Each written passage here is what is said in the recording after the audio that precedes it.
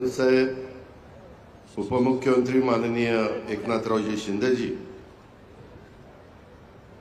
मंत्रिमंडळातील आमचे सहकारी उदय सामंतजी, ज्यांना आता आपण पुरस्कार केला, ज्यांचा पुरस्कार देऊन सत्कार केला, यथोचित सत्कार केला, ते पद्मश्री मधु मंगेश कर्णिकजी, ज्येष्ठ साहित्यिक, तसंच मनीषा म्हैसकर, नीलमताई गोरे, माधुरीताई Misal, Shrirang Barne, Bhimrao Tapkir, Siddharth Shirole, Bapusaheb Pathare, doctor Sadanandji More, Shriyut Milindji Mahajan, Laxmikantji Deshmukh, doctor Raja Dixitji, Shri Dnyaneshwar Muleji, Usha Tambeji, Vedmani Tiwariji, doctor Ravindra Shobhaneji, Prasad Panvalkarji, doctor Suresh Gosaviji, doctor Avinash Awalgaonkarji, Rajesh Pandeji, doctor Satish Desaiji, Sanjay Naharji, जगाच्या घेऊन आलेले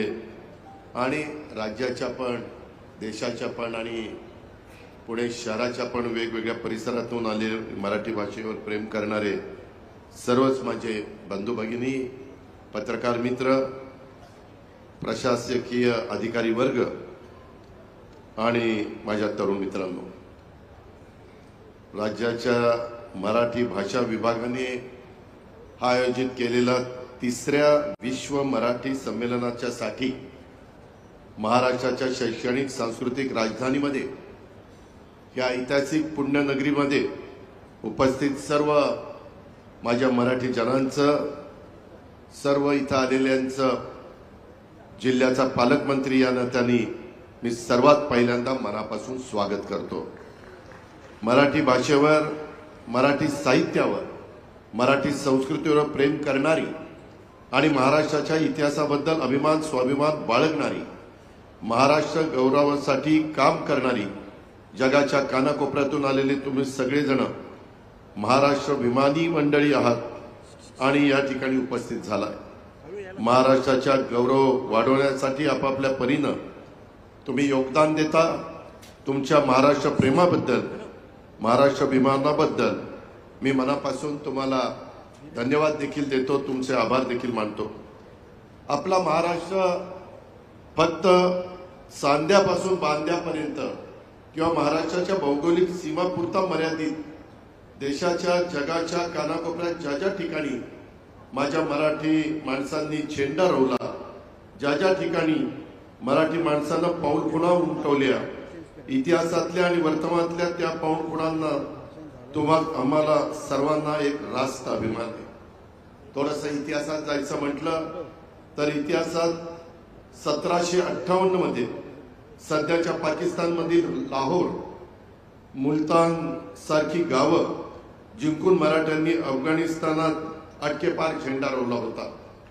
16व्या शतकात दिल्ली, आग्रा, अलीगडसह उत्तरेतल्या बऱ्याचशा भागांवर मराठ्यांनी वर्चस्व निर्माण केलेलं होतं। 1788 मध्ये दिल्लीच्या लाल किल्ल्यावर मराठ्यांचा भगवा फडकला होता। पानिपतचा इतिहास पराभव नव्हे तर मराठ्यांचा त्यागाचा, पराक्रमाचा इतिहास आहे, हे सुद्धा आपण सगळ्यांनी समजून घेतलं पाहिजे। पानिपतच्या लढाईत मराठ्यांनी रक्त सांडलं म्हणून भारताच्या सीमा सुरक्षित राहू शकल्या, हा सुद्धा इतिहास आपल्याला विसरता येणार नाही। मराठ्यांनी आपल्या धैर्य, शौर्य, पराक्रमाच्या जोरावर उत्तरेत पंजाब, पूर्वेला ओरिसा, दक्षिणेला कर्नाटक, बेंगलोर, वेलोर, तंजावर, श्रीरंगपट्टण असं सर्वदूर साम्राज्य निर्माण केलं। ग्वाल्हेरचे शिंदे असतील, नागपूरचे भोसले असतील, इंदोरचे होळकर असतील, बडोद्याचे गायकवाड असतील, अशा कितीतरी मराठी सरदारांनी संपूर्ण भारतामध्ये आपल्या कर्तृत्वाचा झेंडा कायम फडकवत ठेवला। आज विश्व मराठी संमेलनाच्या निमित्तानं त्या इतिहासाचं देखील स्मरण आवश्यक आहे। आपण जेव्हा मराठी म्हणतो त्यावेळेस मराठी संकल्पना जातीपुरती मर्यादित नाही, हे लक्षात घेतलं पाहिजे। मराठी भाषा, मराठी बोली बोलणाऱ्या, सह्याद्रीच्या वाऱ्यांशी, महाराष्ट्राच्या मातीशी नातं असलेल्या 18 पगड जाती, धर्म, भाषा, पंथांच्या लोकांना एकत्र आणून मराठा किंवा मराठे ही संकल्पना अस्तित्वात आली, हे देखील आपण या निमित्तानं लक्षात घेतलं पाहिजे। मराठ्यांच्या गौरवशाली कर्तृत्वाचा झेंडा इतिहासाप्रमाणे आधुनिक काळात देखील अनेक देशामध्ये अनेक क्षेत्रामध्ये फडकत आहे। याचा माझ्यासारख्या कार्यकर्त्याला मनापासूनचा आनंद आहे। आज अमेरिकेतली सिलिकॉन व्हॅली मराठी माणसांनी भरलेली आहे। जगातल्या जवळपास प्रत्येक देशात मराठी माणूस कर्तृत्व गाजवत आहे। आखातातला मसाला किंग धनंजय दातार यांचं नाव सगळ्यांना माहिती आहे। कलेच्या क्षेत्रात मंगेशकर कुटुंब आहे। त्यांच्यासारखं दैवी सुरांचं कुटुंब लाभणं हे भाग्य मराठी माणसांच्या वाट्याला आलं आहे। स्वर्गीय पंडित भीमसेन जोशी, पु ल देशपांडे, सचिन तेंडुलकर ही जगावेगळी माणसं मराठी असल्याचा गर्व आपल्याला आहे। भालाफेकीत सुवर्ण पदक जिंकणारा नीरज चोपडा हा पानिपतचा रोड मराठा आहे अशी नावं घेतली तर आपल्याला वेळ पुरणार नाही। महाराष्ट्राच्या शौर्याच्या पराक्रमाच्या कर्तृत्वाचा हा वारसा अनेक दिग्गजांनी महाराष्ट्राच्या सुपुत्रांनी पुढे नेण्याचा प्रयत्न केला। साहित्याच्या क्षेत्रात हा झेंडा उंचावर ठेवण्याचं काम कोकणचे सुपुत्र सन्माननीय मधु मंगेश कर्णिक साहेबांनी सातत्याने केलेलं आहे। आज विश्व मराठी साहित्य संमेलन साहित्य भूषण पुरस्कार प्रदान करून त्यांच्या आज ठिकाणी सन्मान झालाय। मी मधुबाईंचं मनापासून अभिनंदन करतो। त्यांच्या साहित्य सेवेबद्दल त्यांना आभार देखील मानतो, त्यांच्यापुढे नतमस्तक देखील होतो।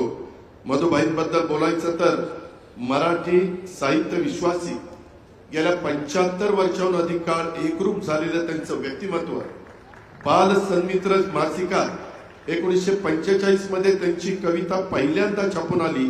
तेव्हापासून सुरू झालेला त्यांचा साहित्याचा प्रवास आज 2025 मध्ये येऊन पोहोचलेला आहे। मराठी साहित्य क्षेत्रातलं प्रत्येकाला मधुबाईंनी आपलंसं केलेलं आहे। आज नाबाद 93 इथपर्यंत पोहोचलेले आहेत। लवकरच नाबाद 100 पर्यंत आपल्याला सगळ्यांना त्यांना शुभेच्छा त्या ठिकाणी द्यायच्या। भाई कोकणातल्या आहेत, साहजिकच कोकणावर त्यांचं अधिकचं प्रेम आहे। त्यांच्या साहित्यात देखील कोकण बद्दल भरभरून बघायला मिळतं। कोकणचा निसर्ग, कोकणचा समुद्र, तिथली लाल माती, कोकणी माणसांचं जीवन, त्यांचे सणवार जगण्याचा लढा, कोकणचं भावविश्व हे सारा अस्सल रंग रूप स्वादासह साहित्यात आणण्याचं काम मधुबाईंनी यशस्वीपणे केलंय। मधुबाईंच्या माईंची खाडी, भाकरी आणि फूल, संधिकार सारख्या कादंबऱ्यांकडे आपण मराठी साहित्यातला मैलाचा दगड म्हणून बघतो। समाजातल्या निरनिराळ्या जातीच्या वर्गाच्या परंपरेच्या माणसांचं जीवन विश्व भावविश्व त्यांनी ज्या पद्धतीनं मांडलं, वाचकांना विचार करायला लावलं, त्याची तुलना होऊच शकत नाही। त्यामुळे त्यांचं साहित्य हे कोकणासह राज्यात आणि 7 समुद्रापार परदेशात पोहोचलेलं आहे, लोकप्रिय झालेलं आहे। हे देखील या सत्कार कार्यक्रमाच्या निमित्तानं आपण लक्षामध्ये ठेवलं पाहिजे। आज उदय सामंत या कोकणच्या सुपुत्राच्या नेतृत्वाखाली आयोजित विश्व मराठी संमेलनात मधुबाईंच्या सारख्या कोकणच्या सुपुत्राला सिद्धहस्त साहित्यकाचा साहित्य भूषण पुरस्काराने सन्मान झाला।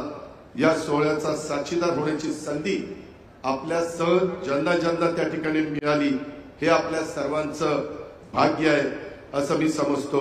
मधुबाईंचं पुन्हा एकदा मी महाराष्ट्रातल्या 13 कोटी जनतेच्या वतीनं मनापासून अभिनंदन करतो।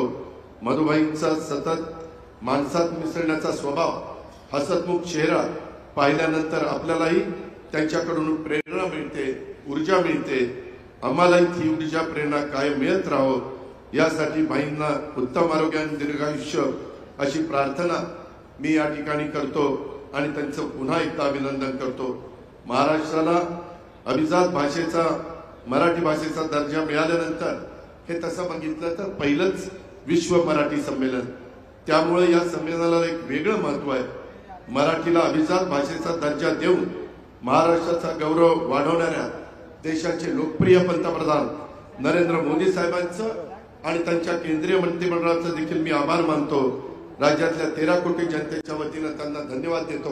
अनेकांनी प्रयत्न केले, परंतु शेवटी मराठी भाषेला अभिजात भाषेचा दर्जा देण्याचं काम हे मोदी साहेबांच्या सरकारने केलं, हे आपल्याला विसरता पण येणार नाही, नाकारता पण येणार नाही। माझ्या माहितीप्रमाणे पहिलं मराठी विश्व संमेलन मुंबईमध्ये, दुसरं नवी मुंबईमध्ये, तिसरं पुण्यामध्ये होत आहे. मुंबई, नवी मुंबई, पुण्या पलीकडे देखील